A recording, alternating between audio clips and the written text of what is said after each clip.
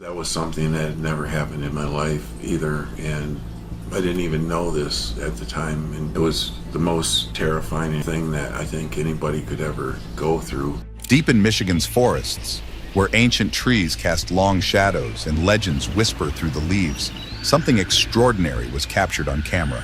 What started as routine trail cam footage would uncover evidence more compelling than anyone expected. A lone recording, a trucker's terrifying encounter, and a government cover-up. All pieces of a puzzle that's haunted Michigan for over a century. The Michigan Dogman isn't just a campfire story anymore. The evidence is right here, and it's more disturbing than anyone could have imagined. From historical sightings to modern encounters, this is the story of how one of America's most chilling mysteries finally came to light. Welcome back to the Cryptid Report. Scott Carpenter never meant to capture a dogman on camera. As one of Michigan's most experienced cryptid researchers, he spent years tracking Bigfoot through dense forests, setting up feeding stations, and collecting evidence of the elusive creature. But sometimes, the most extraordinary discoveries happen when you're looking for something else entirely. That fateful day, Carpenter was doing what he always did, wearing his signature back-trail camera mounted on his shoulder. The device was simple but effective, constantly recording what lurked behind him as he moved through the wilderness. He had learned long ago that mysterious creatures preferred to stay hidden, watching from a distance rather than confronting humans directly. Years of experience had taught him to recognize the telltale signs of a Sasquatch in the area. The way the hair on your neck stands up, the strange pressure in the air, the unmistakable feeling of being watched. But on this particular afternoon, none of those familiar sensations were present. The forest felt normal, peaceful even, as Carpenter checked his feeding station, a carefully chosen spot where researchers leave food to attract Sasquatch, hoping to collect DNA samples or capture footage. The gentle rustle of leaves and chirping of birds created a serene backdrop as he went about his routine work. It wasn't until later that evening, while reviewing his footage in the comfort of his living room, that Carpenter's ordinary day took an extraordinary turn. At first, it was just a flicker of movement in the background, something dark shifting through the foliage. Most researchers might have dismissed it as a shadow or a trick of the light, but Carpenter's years of experience had taught him to trust his instincts. Frame by frame, he rewound and replayed the footage, his heart beginning to race as the shape became clearer. A head was emerging from the brush, but not the flat-faced profile he'd expected from a Sasquatch. This was something altogether different. As he zoomed in, his hands trembling slightly on the controls, the details became unmistakable. A pronounced snout, unlike anything he'd seen before in his research. Even more chilling were the nostrils, visibly flaring as the creature moved, suggesting it was actively scenting the air. Scenting him. The realization hit Carpenter like a physical blow. While he had been calmly checking his feeding station, something had been stalking him, something that wasn't supposed to exist. The creature had been mere feet away, close enough to strike if it had wanted to, yet so stealthy that even an experienced researcher hadn't noticed its presence. The footage revealed more unsettling details with each viewing.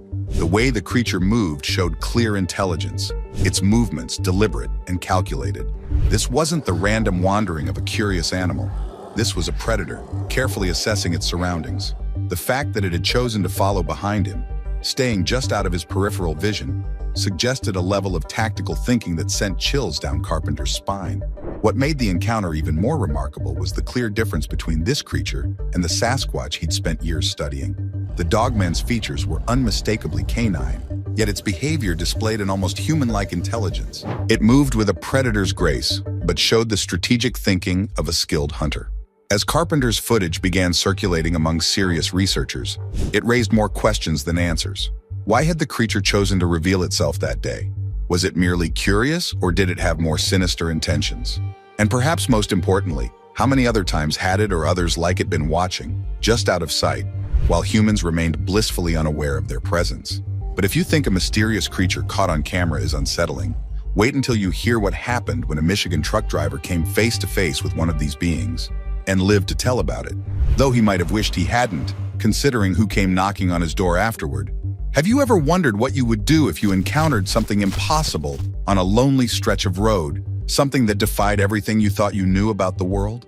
Our next witness found out the hard way, and his story might make you think twice about driving through Michigan's forests after dark.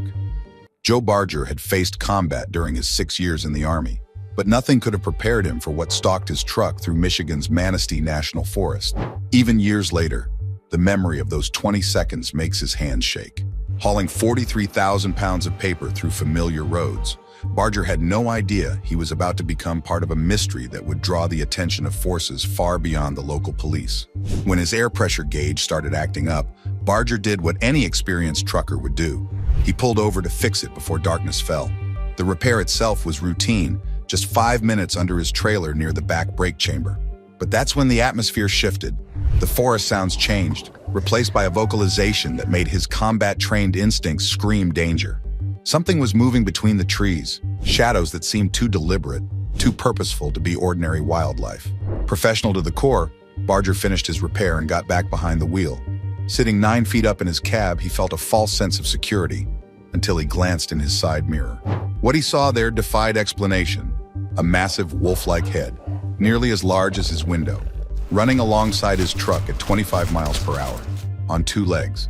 The details Barger recalls paint a picture of something that shouldn't exist.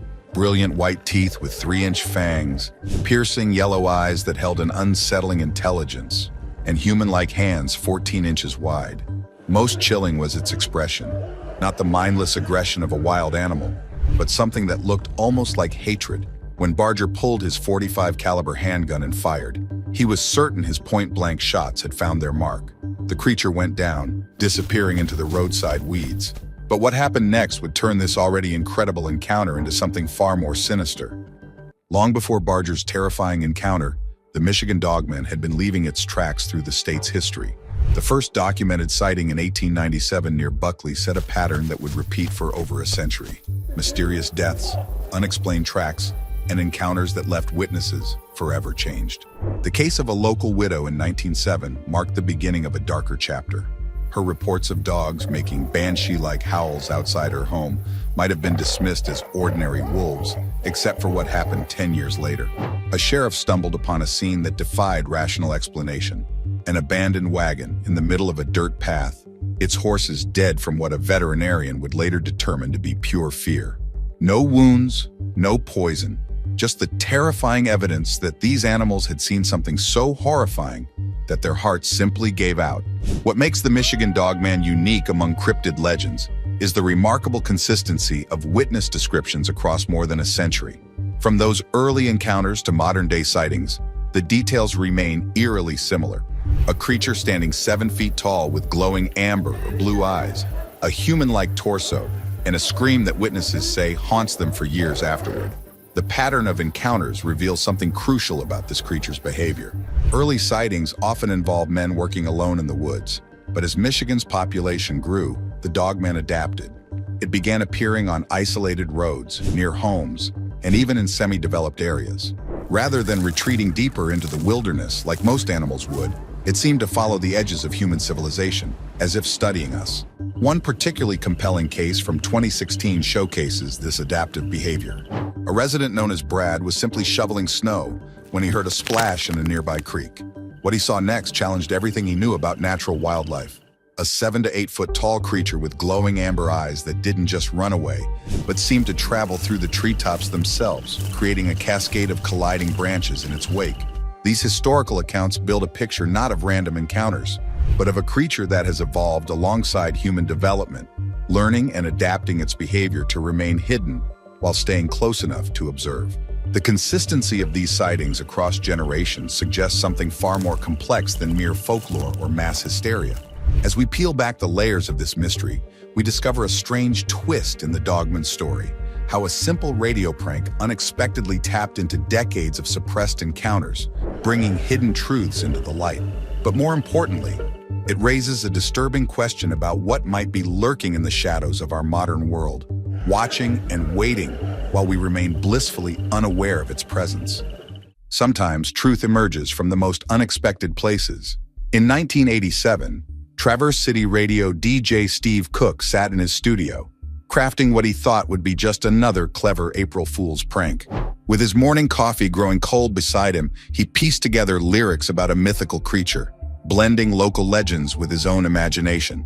Little did he know that his creative endeavor would rip open a door that had been sealed shut by decades of fear and silence. The song itself was deceptively simple, a folksy tune about a mysterious creature stalking Michigan's forests. Cook wove in historical elements, referencing an 1887 encounter between lumberjacks and a dog-like beast, and sprinkled in bits of folklore from across the country. He added details that felt right: glowing eyes, massive height, an eerie howl that echoed through the trees. To him, it was all fiction, just another piece of entertainment for his listeners. The morning of April 1st started routinely enough. Cook's studio partner Jack played the song twice during their morning show, anticipating some laughs and maybe a few playful calls from regular listeners who'd appreciate the joke. The initial silence that followed seemed natural. It was early after all, and their audience was probably still waking up. But that silence was about to be shattered in a way that would change Cook's life forever. The first sign that something was different came when their station's receptionist, Martha, buzzed through to the studio. Her voice carried an unusual edge of concern. "Steve, there's someone on line 3. Well, you need to take this call." The man on the other end of the line wasn't laughing. His voice trembled with a mix of fear and relief as he recounted a story he'd kept buried for 50 years. In 1937, he'd been fishing along the Muskegon River when the morning mist began to clear. That's when he noticed them, a pack of what he initially thought were wolves emerging from the tree line. But these weren't ordinary wolves. As he watched, frozen in place, one of them rose up on its hind legs, standing like a man. The creature's eyes held an intelligence that had haunted his dreams for half a century. For 50 years, he'd kept this secret, afraid of ridicule, afraid that sharing it would somehow make it more real. Cook's song had finally given him permission to speak. As the day progressed, the floodgates opened. The station's phone lines lit up like a Christmas tree. Each caller had their own story, their own moment when they'd encountered something that defied explanation. A truck driver described a massive shape following his rig down a lonely stretch of highway. A farmer spoke of finding strange tracks in his fields, too large for any known animal and walking upright like a human. A retired school teacher shared how she'd seen something watching her from the woods behind her rural home, its eyes reflecting the porch light with an unnatural glow. The details were too specific, too consistent to be mere coincidence. People who'd never met each other, living in different parts of the state, described the same features: the creature's height, its distinctive gait, the way it moved with an almost human intelligence. These weren't just stories anymore. They were testimonies, each one adding another piece to a puzzle Cook had unknowingly started to assemble. One of the most chilling accounts came from Courtney, a teenager who'd never heard Cook's song or any mention of the Michigan Dogman. While sneaking a cigarette behind her family's barn near Reed City in the winter of 1993, she saw something that made her quit smoking forever. Through the gaps in the weathered planks, a pair of eyes watched her. Not the mindless stare of an animal, but something that seemed to understand it was seeing a fellow thinking being. The creature's head was distinctly canine, but its posture, its presence, spoke of something that straddled the line between beast and man. The impact of Cook's accidental revelation rippled outward like waves in a still pond, his inbox filled with detailed accounts from across the state and beyond. Some witnesses shared photographs of strange tracks in the mud, others described encounters that had changed their lives forever. A retired police officer admitted that there were certain calls his department never officially logged. Reports of something stalking the edges of small towns that couldn't be explained by conventional wildlife. By 2012, Cook had collected over 500 detailed reports of Dogman sightings. Each one added new layers to the legend, but more importantly, they began to reveal patterns. The creatures seemed most active during certain phases of the moon. They appeared more frequently near old Native American trails and historical sites. Multiple witnesses described them showing an unusual interest in human technology, watching cars pass by, observing construction sites, even examining abandoned machinery in the woods. What made these revelations particularly compelling was the reluctance of many witnesses to come forward.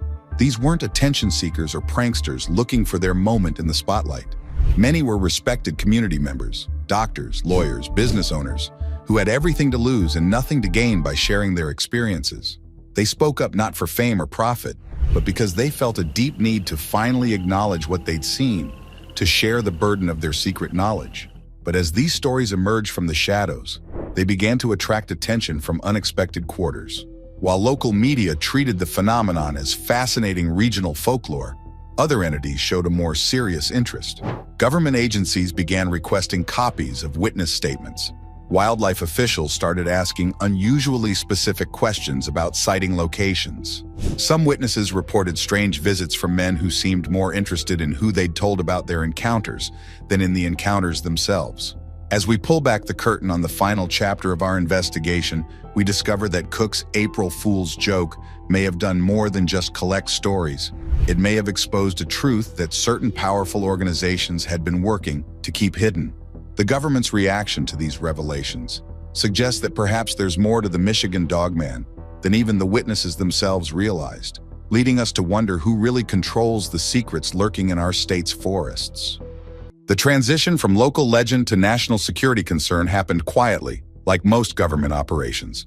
When Joe Barger first encountered the massive creature on that remote Michigan highway, he couldn't have known he was stepping into a web of official secrecy that would turn his life upside down. But the aftermath of his encounter would reveal a truth more disturbing than any cryptid sighting. Someone in power knew exactly what was stalking Michigan's forests. 3 months after sharing his story anonymously through a popular cryptid podcast, Barger found himself detained at a highway-scale house. What began as a routine weight check quickly evolved into something far more sinister. The state police held him there, but they weren't the ones asking questions. When the federal agents arrived, their demeanor made it clear this wasn't about commercial trucking regulations. Their first words set the tone: "You killed one of our assets." Not a creature, not an animal, an asset. The clinical term spoke volumes about the government's involvement. These weren't wildlife officials concerned about an endangered species. Their anger seemed personal, as if Barger had damaged expensive government property rather than defended himself against a monster. The interrogation lasted hours.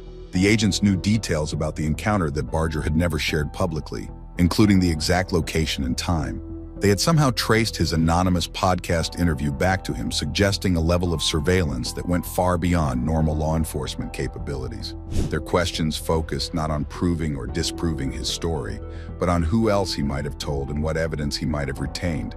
The consequences were swift and calculated. Barger's bank account was temporarily frozen, a clear message about the reach of their authority. His concealed carry permit was revoked, and the weapon he'd used that night disappeared into an evidence locker, never to be seen again.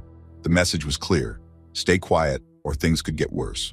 But Barger wasn't the only one to experience this kind of official pressure. Linda Godfrey, a respected researcher who had been investigating upright canine phenomena since 1991, began noticing patterns in witness testimonies. Multiple people reported being visited by mysterious officials after sharing their encounters, particularly if they had photographic or physical evidence. These officials never identified their agency affiliations clearly, yet they carried federal credentials that opened doors and commanded compliance. A Forest Service employee, speaking on condition of anonymity, revealed that certain areas of Michigan's national forest were periodically closed for what were officially termed wildlife surveys. Yet these surveys involved equipment more sophisticated than anything needed for tracking conventional animals. Motion sensors, infrared cameras, and what appeared to be military-grade tracking equipment would appear overnight, only to vanish days later, leaving no trace of their presence. Local law enforcement officers shared their own suspicious experiences.